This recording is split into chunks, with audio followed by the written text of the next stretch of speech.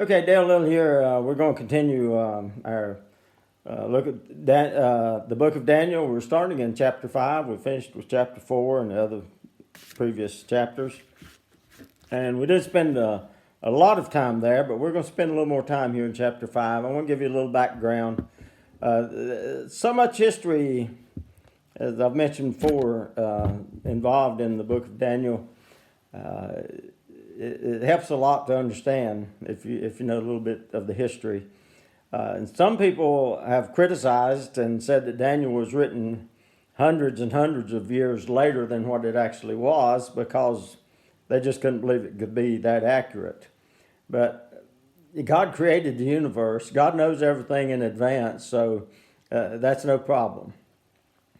And we'll look at all the skepticism and things, not only the book of Daniel, but the skepticism of the Bible itself.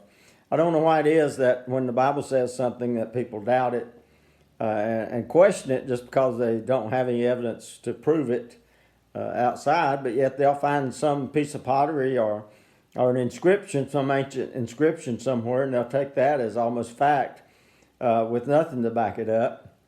But anyway, that's the way things are, and the world's going to see things that way. Give you a little background right quick on Daniel chapter 5. Nebuchadnezzar reigned for 43 years. And you remember in Daniel chapter 1, we were told that Daniel and his 3 friends would be educated in the ways of the Chaldeans for 3 years before they would be brought before the king. So 3 years of training, then that leaves around 40 years that Daniel and his friends served Nebuchadnezzar, the king there, before he died. And so it says they excelled and were put into service to the king, as Daniel served Nebuchadnezzar for about 40 years. And although this Babylonian empire was great, it was relatively short-lived. As it turns out, Daniel saw both the rise and the fall of this empire. He was taken captive early as the empire began after they had taken down Assyria, and then they came had to defeat Egypt, and then they came to Jerusalem. And so we'll see that approximately 40 years then later that Nebuchadnezzar had died. And so the other kings were very short reigns that they had. So Daniel was still around. It says early in the, I think the book that one of the previous chapters we looked at, that he was there until Cyrus came on the scene, which put Daniel at an old man. But Daniel saw the fall, and that's where this is going to happen right here in chapter 5. We'll see that Belshazzar, it says, will be killed this very night as we end the chapter. While there seemed to be at least somewhat mutual respect between Daniel and Nebuchadnezzar, it appears that there wasn't much of that between Belshazzar and Daniel.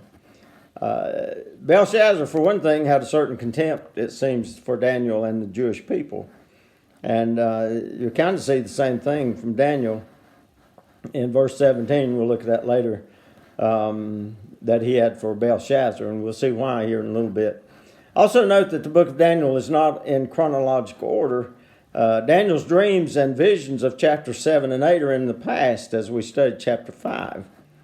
In this chapter, we can see in verse 30 that King Belshazzar was killed this very night. But in chapter 7, verse 1, it says, in the first year of Belshazzar, king of Babylon, Daniel saw a dream and visions of his head as he lay on his bed. So it had, of course, had to have happened before this chapter. Also in a similar thing in chapter 8, verse 1, it's where it says, in the 3rd year of the reign of King Belshazzar, a vision appeared to me, Daniel, after that which appeared to me at the first. So again, we'll see that verse 7 and 8, chapter 7 and 8 already happened. Daniel already knew what was going to happen here tonight. on this night in chapter 5.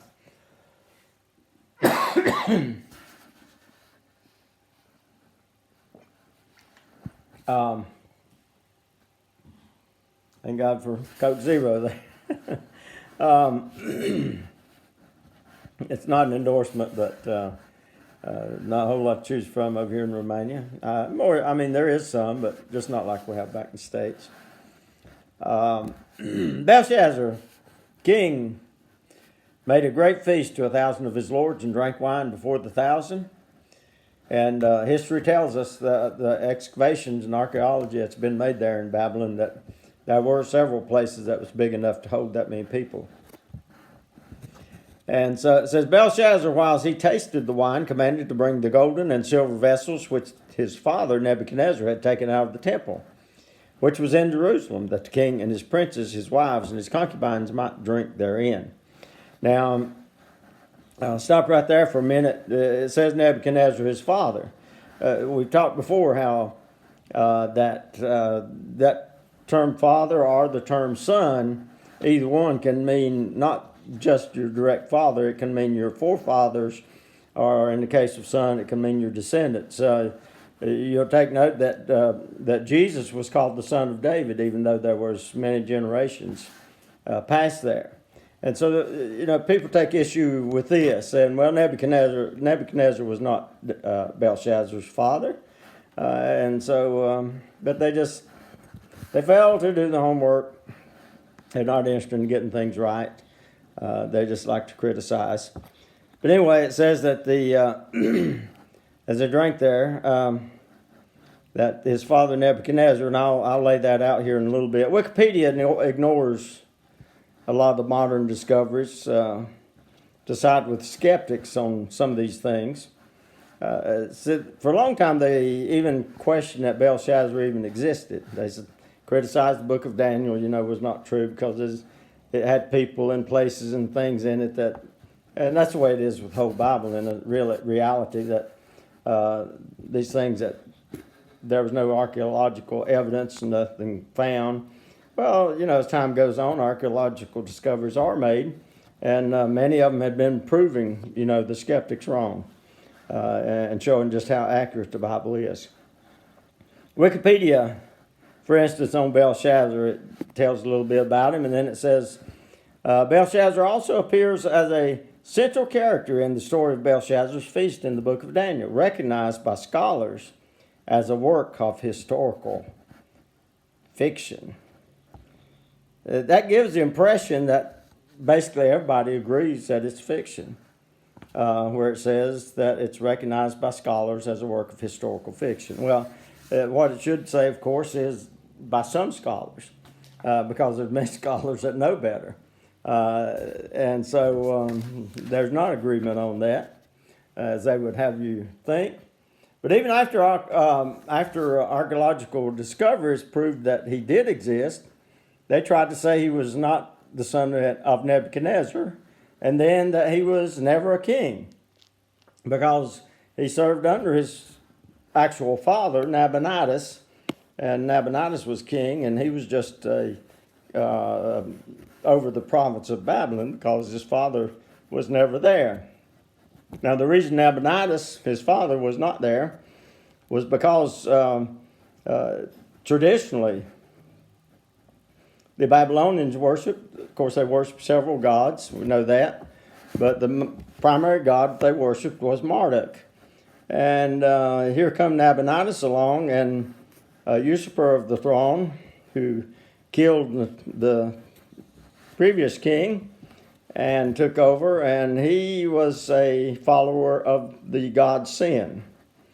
And so there was some disagreement, and a lot of the priests that were prominent in Babylon did not particularly like Nabonidus, and so I think probably that, and for some health reasons, he chose to reside in a different part of the kingdom and let Belshazzar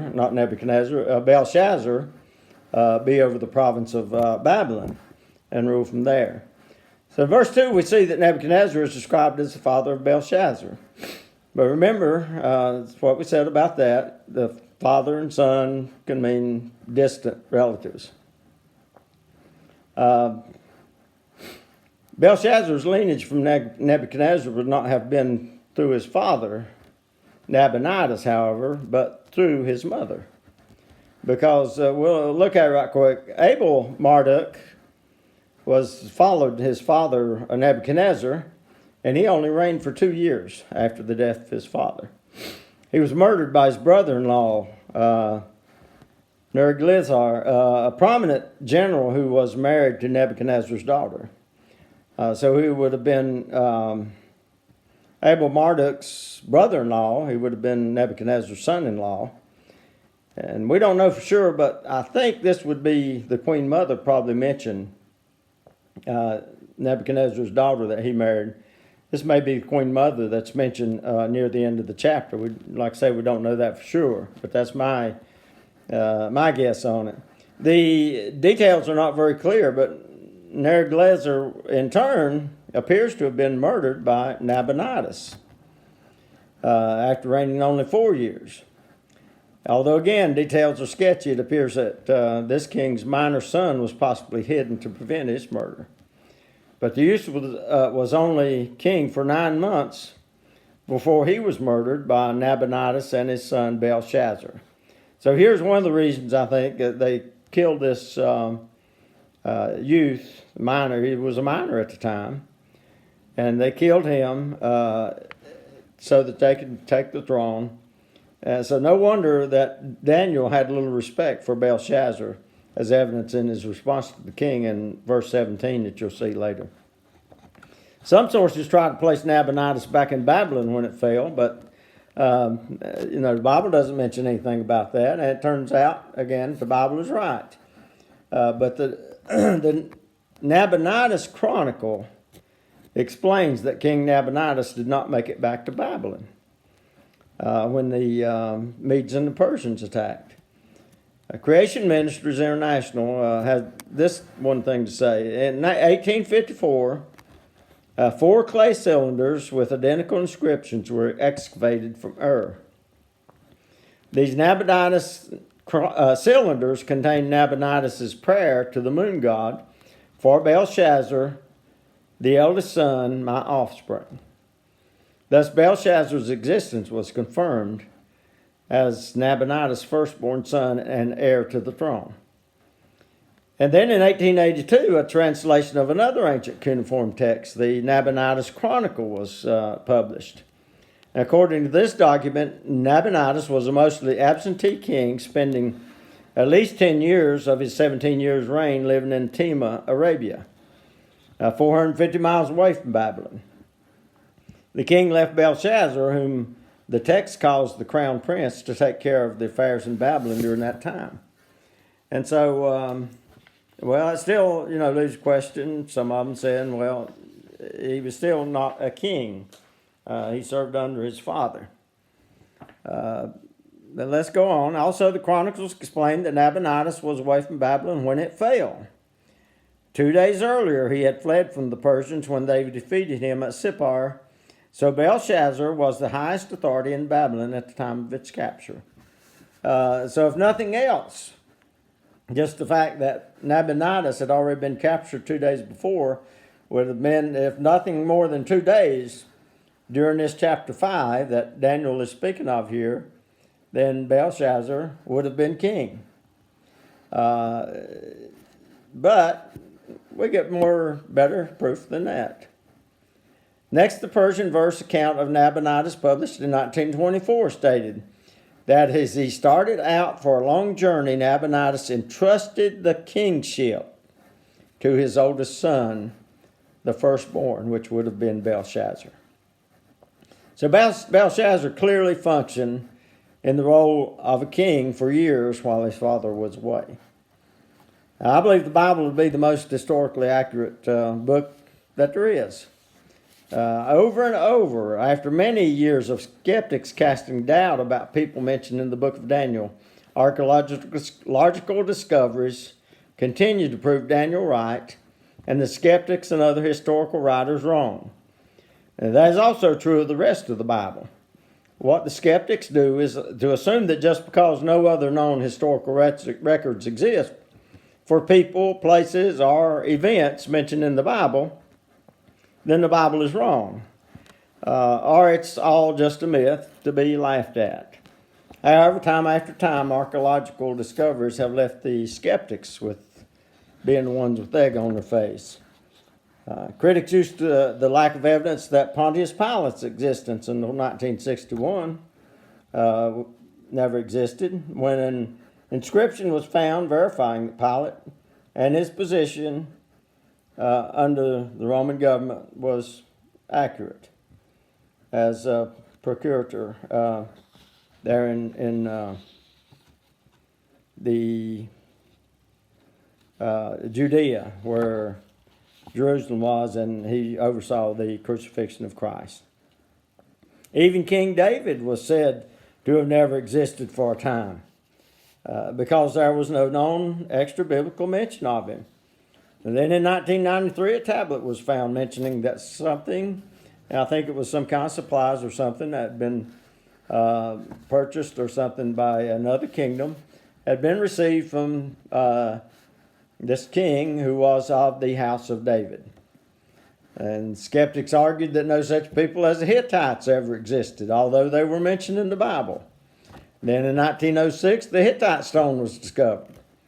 Now it's common knowledge the Hittites were once a mighty kingdom in what is today Turkey. A vast kingdom there that for a long time people said, well, it didn't exist. Now they know it did. And so we're going to stop there, and I said I was going to try to keep these around 15 minutes when I can. We may have to go over some to get on, but we're getting next into when they actually bring out the vessels and things.